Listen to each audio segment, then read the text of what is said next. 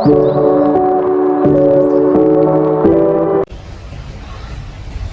guys, kami dari kelas 10 IPA 5 sebagai kelompok 5.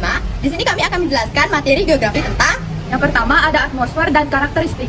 yang kedua ada cuaca dan iklim, dan yang ketiga ada perubahan iklim global. Jangan lupa ditonton sampai akhir ya. Halo semuanya, perkenalkan nama saya Akmal Karim Prasetyo, nomor absen 1. Perkenalkan, nama saya Putu Agus Mario Pratama, nomor absen 16.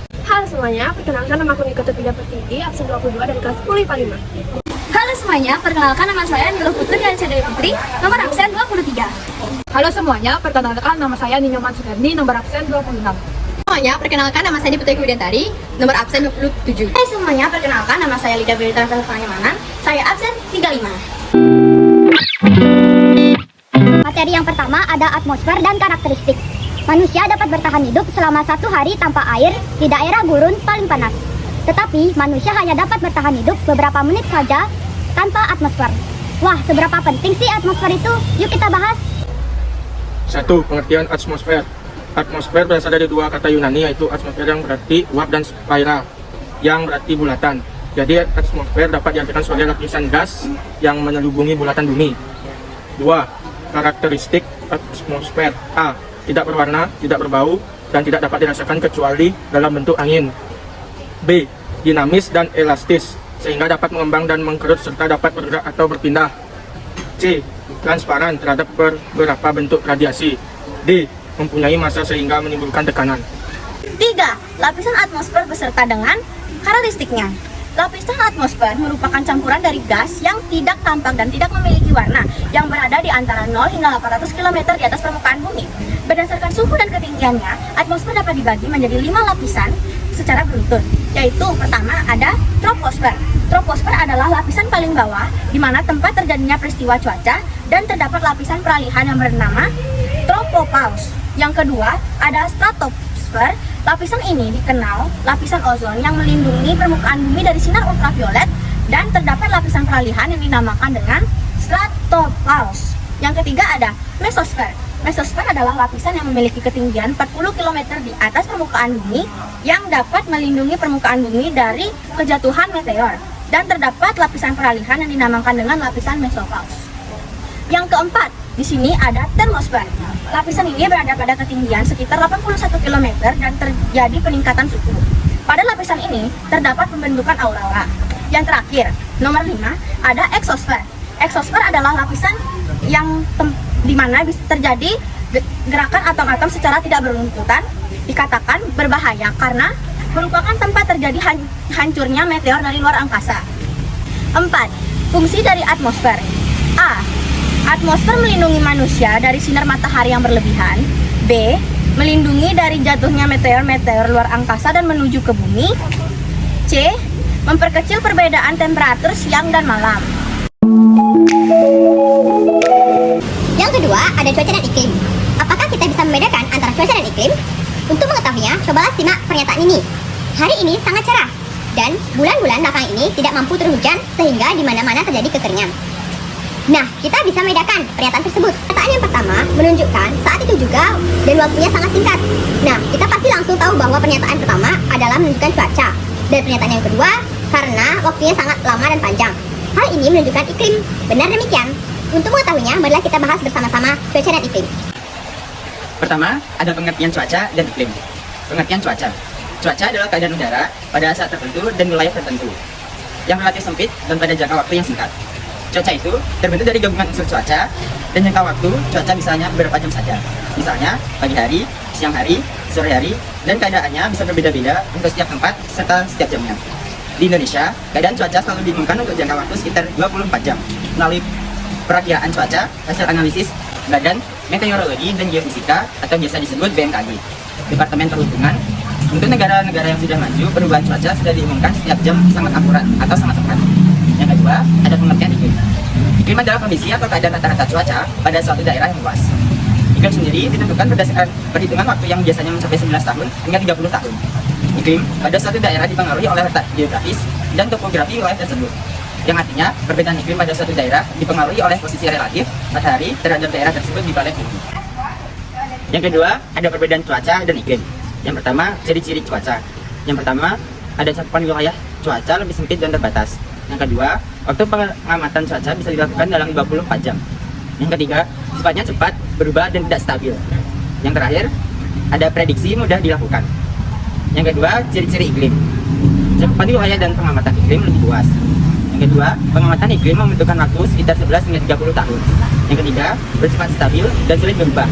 Yang terakhir, ada perakiraan iklim sulit dilakukan. Yang ketiga, ada unsur-unsur cuaca dan iklim. Ada beberapa unsur yang mempengaruhi cuaca dan iklim, yaitu sinar matahari, suhu udara, angin, awan, kelembapan udara, curah hujan, dan listrik di udara. Yang pertama ada sinar matahari. Matahari adalah kendali iklim yang sangat penting dan sumber energi di bumi yang menimbulkan gerak udara dan arus laut. Matahari memancarkan sinarnya ke seluruh pelosok bumi. Kegiatan rotasi dan revolusi bumi akan mempengaruhi cuaca dan iklim. Karena secara bergantian, tiap daerah akan menerima cahaya matahari dalam waktu dan kapasitas yang berbeda, sehingga berpengaruh pada iklim dan cuaca. Yang kedua ada suhu udara. Suhu atau temperatur udara adalah derajat panas dari aktivitas molekul dalam atmosfer atau udara yang timbul karena adanya radiasi panas matahari yang diterima bumi. Biasanya pengukuran dinyatakan dalam skala Celcius atau C, Reaumur atau R, dan Fahrenheit atau F. Suhu udara tertinggi di muka bumi adalah di daerah tropis atau sekitar ekuator dan makin ke kutub makin dingin. Yang ketiga ada angin. Unsur cuaca dan iklim selanjutnya adalah angin. Angin adalah udara yang bergerak yang disebabkan adanya perbedaan suhu pada suatu wilayah. Perbedaan suhu di bumi mengakibatkan perubahan tekanan udara dan menyebabkan terjadinya angin. Tekanan udara di suatu daerah akan naik jika suhunya rendah dan sebaliknya. Yang keempat ada awan. Awan adalah titik-titik air atau kristal-kristal es halus di atmosfer yang berkumpul menjadi satu. Udara dari permukaan bumi yang naik akan menjadi dingin sehingga menambah kelembaban udara. Udara akan mencapai titik-titik jenuh air dengan menjadi awan ketika mencapai ketinggian tertentu. Jumlah awan sangat dipengaruhi oleh perbedaan musim yang ada. Yang kelima, ada kelembaban udara. Kelembaban udara adalah jumlah uap air yang terdapat di udara. Kelembaban udara berpengaruh bagi pengendapan air di dalam udara yang bisa berbentuk awan, kabut, embun, serta hujan. Kelembaban udara terdiri dari dua macam, yaitu kelembaban relatif dan kelembaban absolut. Kelembaban udara pada suatu wilayah dapat diukur dengan menggunakan suatu alat yang disebut hidrografi. Yang keenam ada curah hujan. Curah hujan merupakan tingkat intensitas hujan pada suatu daerah. Proses terjadinya hujan diawali dengan penguapan air dari sumber-sumber air, yaitu sungai, danau, laut, dan samudra. Uap air tersebut naik ke udara menjadi meninggi, terbawa angin dan berubah menjadi awan. Lalu awan akan melepaskan kandungan airnya ketika mencapai titik jenuh. Yang ketujuh, ada listrik di udara. Merupakan energi listrik yang ada di atmosfer karena fenomena alam seperti petir, kilat, yang bersumber dari hujan dan badai, sehingga mengakibatkan terjadinya gesekan di atmosfer. Yang keempat ada jenis-jenis iklim dan cuaca. Jenis cuaca, yang pertama ada cuaca cerah, ditandai dengan sinar matahari yang terlihat jelas dan terang. Meski begitu, udara tidak akan terasa panas. Cuaca cerah diiringi udara yang berhembus keluar. Yang kedua ada cuaca panas, biasanya terjadi saat musim kemarau. Cuaca panas ditandai dengan sinar matahari yang bersinar terang di siang hari. Yang ketiga ada cuaca berawan, jadi ketika sinar matahari tertutup oleh sekumpulan awan yang mendung. Ketika matahari tertutup awan, kondisi udara menjadi tidak terlalu panas dan langit lebih gelap. Yang keempat ada cuaca dingin. Saat cuaca dingin, kelembapan akan meningkat dan angin akan bertiup lebih kencang. Suhu udara cenderung lebih rendah. Yang kelima ada cuaca hujan. Cuaca hujan terjadi akibat pengaruh dari peningkatan uap air di udara karena pemanasan dari sinar matahari. Yang keenam ada cuaca berangin, ditandai dengan udara yang bergerak lebih cepat. Yang ketujuh ada cuaca bersalju. Salju merupakan air atmosfer yang membeku dan jatuh ke tanah. Salju terjadi ketika suhu udara turun hingga mencapai 0 derajat Celcius. Yang kedua ada jenis iklim. Iklim tropis terjadi di kawasan sekitar ekuator atau garis khatulistiwa seperti Indonesia. Cuaca pada iklim ini akan terasa hangat sepanjang hari dan tidak ada musim dingin. Iklim subtropis, daerah dengan iklim subtropis memiliki suhu harian dan musiman yang lebih beragam dari daerah beriklim tropis. Iklimnya akan terasa hangat, musim panasnya kering, sedangkan musim dinginnya basah. Iklim subtropis memiliki curah hujan sedang sepanjang tahun. Iklim sedang. Iklim sedang adalah siklon dapat dijumpai di bumi belahan utara. Di kawasan ini, kutub yang dingin bertemu dengan udara hangat, sehingga memungkinkan terjadinya hujan dan salju. Jenis iklim ini akan menghasilkan suhu musiman, seperti musim panas, gugur, musim dingin, dan semi. Iklim dingin terjadi di kutub utara dan selatan. Di kedua wilayah ini, musim dingin terjadi sepanjang tahun. Di sejumlah area, suhunya bahkan selalu berada di bawah 0 derajat Celcius. Sebagian tempat memiliki salju dan es, bahkan lapisan tanah bawahnya akan membeku. Yang kelima ada peran iklim dan cuaca. Perlu diketahui bahwa iklim dan cuaca merupakan salah satu faktor yang sangat penting bagi kehidupan manusia. Karena iklim mempunyai peran yang sangat besar terhadap kehidupan, seperti dalam bidang pertanian, transportasi, atau perhubungan, telekomunikasi, dan pariwisata. Yang pertama, peranan iklim di bidang pertanian. Di Indonesia, yang sebagian besar penduduknya masyarakat agraris yang bergerak di sektor pertanian. Sifat-sifat iklim seperti suhu, curah hujan, dan musim sangat berpengaruh terhadap kehidupan. Contohnya dalam membudidayakan tanaman pertanian. Begitu pula di bidang perikanan atau kelautan. Faktor iklim seperti cuaca, suhu, dan musim sangat berpengaruh, baik terhadap para nelayan maupun ikan yang akan tangkap. Pada umumnya, para nelayan mengerti benar tentang keadaan cuaca terhadap yang berhubungan dengan angin dan musim. Yang kedua, ada peran iklim di bidang transportasi. Faktor-faktor cuaca dan iklim mempunyai peran yang sangat besar terhadap bidang transportasi, seperti cuaca, suhu, arah dan kecepatan angin, awan, dan kabut yang sangat berpengaruh kelancaran jalur penerbangan.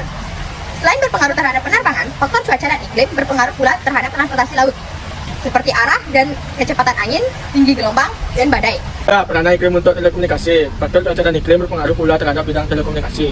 Seperti arus angin dapat dimanfaatkan untuk berkomunikasi antar daerah dengan menggunakan telepon angin. Lapisan ionosfer mengandung partikel yang mengalami ionisasi sehingga bermuatan listrik. Dengan adanya lapisan ionosfer ini, maka siaran radio dan televisi dapat didengar dengan dilihat di mana-mana. 4. Peranan iklim untuk pariwisata. Faktor cuaca dan iklim berpengaruh pula terhadap bidang pariwisata, seperti cuaca cerah, banyak cahaya matahari, kecepatan angin, udara sejuk, kering, panas, dan sebagainya sangat mempengaruhi terhadap pelaksanaan wisata, baik wisata darat maupun laut. Dengan kondisi seperti yang telah disebutkan, maka pelaksanaan wisata akan semakin dinikmati. 3. Perubahan iklim global. Pernah nggak sih kalian ngeluh kalau hari ini tuh panas banget dan ngerasa kalau musim kemarau tuh panjang banget lama gitu? Bahkan sampai malam pun udaranya masih terasa panas. Jadi fenomena alam akhir-akhir ini itu sering kita alami, itu disebabkan oleh perubahan iklim global hingga terasa panas hingga hari ini. Yuk kita simak materinya lebih lanjut. Yang pertama, ada pengertian perubahan iklim global. Secara umum, perubahan iklim disebut sebagai fenomena pemanasan global, di mana terjadi peningkatan gas rumah kaca pada lapisan atmosfer dan berlangsung untuk jangka waktu tertentu. Penyebab perubahan iklim dan pemanasan global terdiri dari beberapa faktor yang berbeda serta menimbulkan dampak bagi kehidupan manusia. Yang kedua, ada faktor penyebab perubahan iklim global. Berdasarkan data yang diterima Indonesia, ada beberapa faktor yang penyebab perubahan iklim, di antaranya yang pertama ada efek rumah kaca, sebuah keadaan ketika panas atau radiasi matahari terperangkap di atmosfer atau lapisan troposfer. Akibatnya semakin banyak panas yang terperangkap dan membuat bumi menjadi lebih hangat. Yang kedua ada peningkatan emisi.